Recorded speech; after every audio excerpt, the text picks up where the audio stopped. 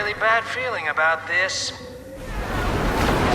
The first thing I've got to say about the latest Star Wars Battlefront game is if you're a fan of Star Wars, and in particular the original trilogy, you'll love this game.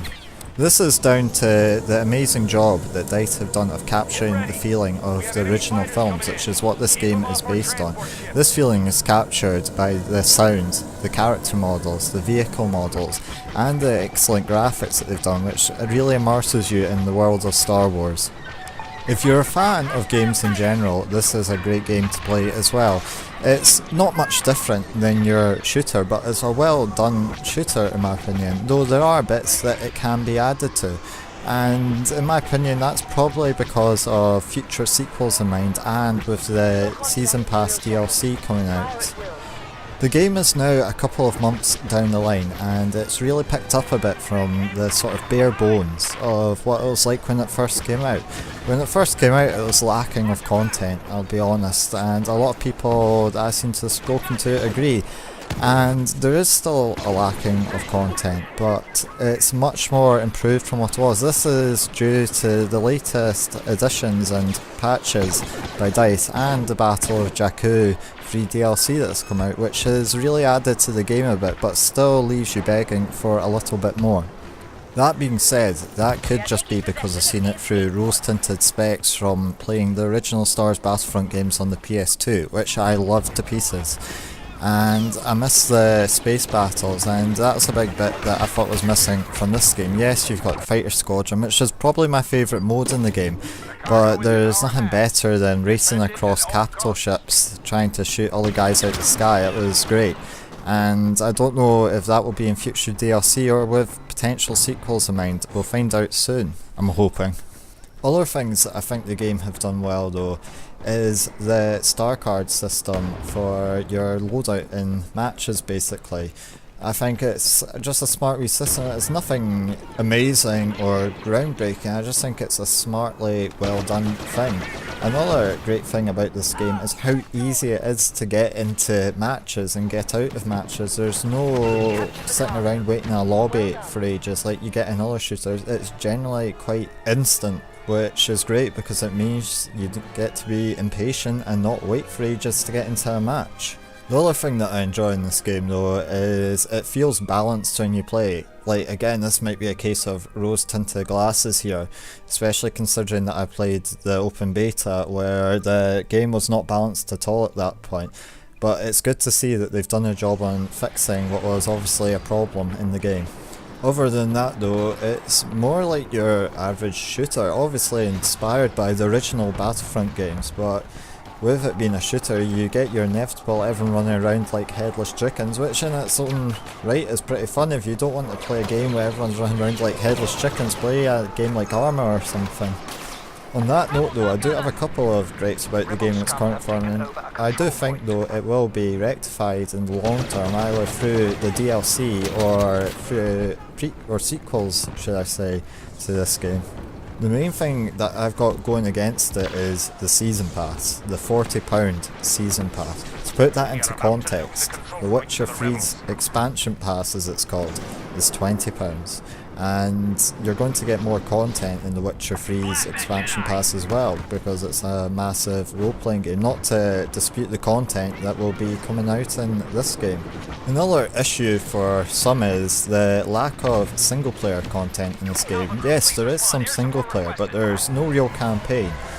In the original Star Wars Battlefront games, and even the Battlefield games which DICE created, there's been a campaign, but this has been omitted from this game. I'm not sure if that's to do with the fact that the game was brought out to come out with the film and they just didn't have time to do it, or if it's a trend going towards less single player and multiplayer shooters basically. On a personal note though, one thing that pisses me off in this game is little floating power-ups. I know this is a small thing, and this is me nitpicking here more than anything, but I think little floating power-ups and the such should be saved for games like Mario Kart, not a shooter game, but that's just my opinion. I could be wrong. Anyway, to talk about the future of this game, DICE have released information of what's coming up in free DLC and the Season Pass. In February this year, there's going to be new survival missions on Hoth, which I reckon will be pretty cool. I'm hoping it'll be cool anyway if they have Wampas in it and riding Tauntauns. I can hope, because a lack of faith will be disturbing. On top of that though, they're going to be bringing out a new multiplayer map for Hoth, and they're also going to be bringing the Turning Point mode, which will brought in the Battle of Jakku DLC to all multiplayer maps, or planets I suppose.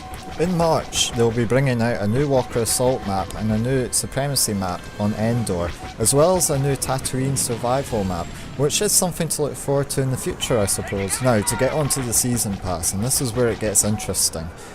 In March, they're going to be bringing out the Outer Rim expansion pack, which will feature Factories of Sullust and Jabba's Palace. Now, I'm looking forward to seeing Jabba's Palace, because I remember from the film and the original Battlefront 2 that there is a certain rancor in this place, and if they can incorporate that into the map, that will be great. Now, during summer they will be releasing a Bespin expansion pack, which that's the one I'm personally looking forward to the most, because I remember from Star Wars Battlefront, the original one, the Bespin platform maps, which was the best map in that game, and if they can recreate that in any way or form, they're onto a goldmine there in my opinion.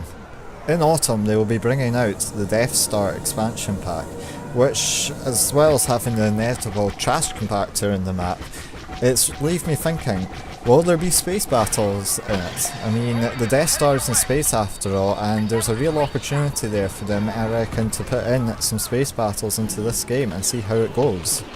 Now, in early 2017, this is when the most interesting bit of Season Pass DLC will be coming out.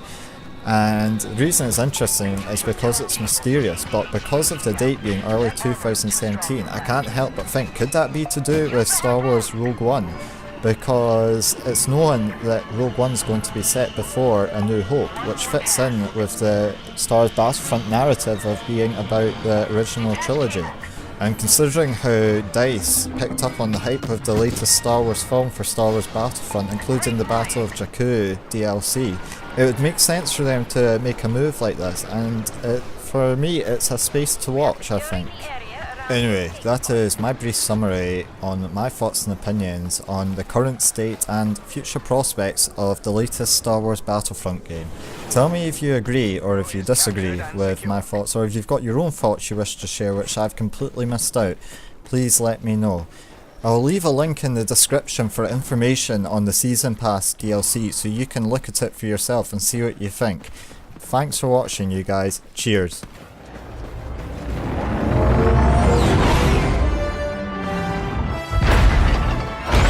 Great job, Blue Squadron. We'll see you at the rendezvous point.